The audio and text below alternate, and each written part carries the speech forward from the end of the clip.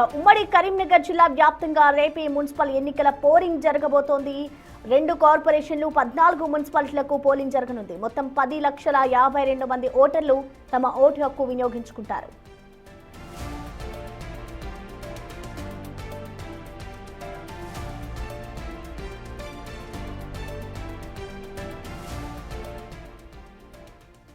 Municipal election కి సంబంధించి కరీంనగర్ జిల్లాలో ఏర్పాట్లపై మరింత సమాచారాన్ని మా ప్రతినిధి శ్రీనివాస్ అందిస్తారు. Srinivas, over to you.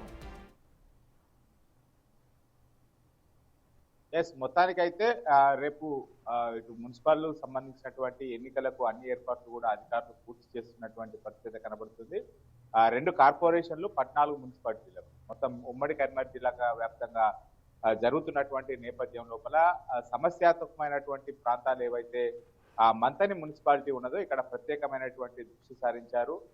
ఇటు పోలీస్ యంత్రాంగంతో పాటు జిల్లా యంత్రాంగం కూడా మొత్తం కూడా రేపు పోలింగ్ సంబంధించినటువంటి ఏదైతే ఏర్పాట్లు పూర్తి చేస్తున్నటువంటి పరిస్థితి కనబడుతుంది. మరికొద్ది సేపటి లోపల ఏవైతే ఇటు మున్సిపాలిటీ సంబంధించినటువంటి ఎన్నికలు జరిగేటువంటి ప్రదేశాలకు ఆయా ప్రాంతాల నుంచి అయితే ఇటు పోలింగ్ యొక్క సామాగ్రి తీసుకెళ్లినటువంటి పరిస్థితి కనబడుతుంది. ఉమ్మడి కరీంనగర్ జిల్లా వ్యాప్తంగా మొత్తానికి 14,52,000 మంది ఓటర్లు రేపు తమ ఓటు హక్కును వినియోగించుకునేటువంటి పరిస్థితి కనబడుతున్నది. ఇప్పటికే ఈ మున్సిపల్ ఎన్నికలను అన్ని పార్టీలు కూడా ఇటు అంటే అధికార పార్టీ కాంగ్రెస్ తో పాటు కేంద్రంలో ఉన్నటువంటి బీజేపీ మధ్యనే హోరాహోరీ ప్రచారాలు జరిగినటువంటి పరిస్థితి కనబడుతుంది. ఇక ఇటు బీఆర్ఎస్ వర్కింగ్ ప్రెసిడెంట్ ప్రాతినిధ్యం వహిస్తున్నటువంటి సిరిసిల్ల లోపల ఇక్కడ బీఆర్ఎస్ చాలా ప్రతిష్టాత్మకంగా తీసుకున్నటువంటి పరిస్థితి కనబడుతుంది.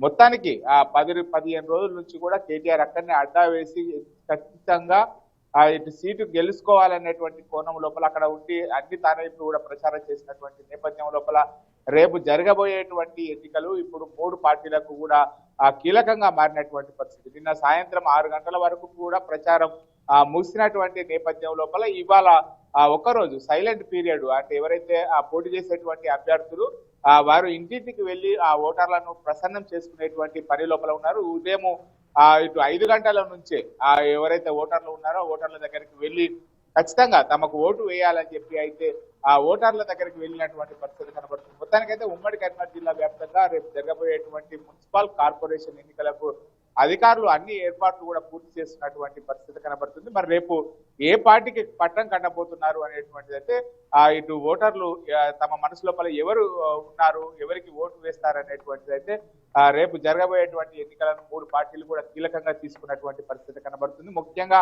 ఈరోజు పెద్ద ఎత్తున కూడా ఇటు ఓటర్లను ప్రసన్నం చేసుకోవడానికి డబ్బులు పంచేటువంటి అవకాశం ఉన్నటువంటి నేపథ్యం లోపల ఇటు పోలీసు మానిటరింగ్ టీము కూడా ఈరోజు ప్రత్యేకమైనటువంటి దృష్టి సారించి జరిగింది. ఇప్పటికే ఇటు సిరిసిల్ల లోపల కూడా చాలా ఎక్కువ సార్లు కూడా డబ్బు మద్యం పెద్ద ఎత్తున కూడా పట్టుబడినటువంటి సందర్భం లోపల కూడా ఈరోజు వాడవాడలా కూడా పోలీసులు పటిష్టమైనటువంటి నిఘా వ్యవస్థను ఏర్పాటు చేసి ఓటు ప్రలోభాలకు గురి కాకుండా అయితే ఇటు డేగా కన్నులతో నిఘా ఏర్పాటు చేసినటువంటి పరిస్థితి కనబడుతుంది. మొత్తానికైతే రేపు జరగబోయేటువంటి మున్సిపల్ ఎన్నికలు ఇటు 3 పార్టీలకు కూడా కీలకంగా మారినటువంటి పరిస్థితి.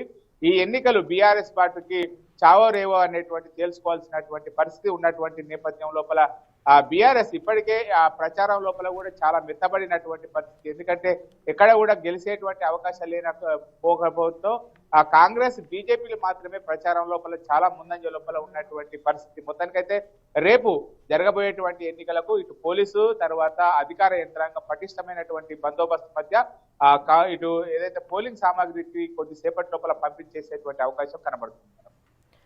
Right, thank you Srinivas.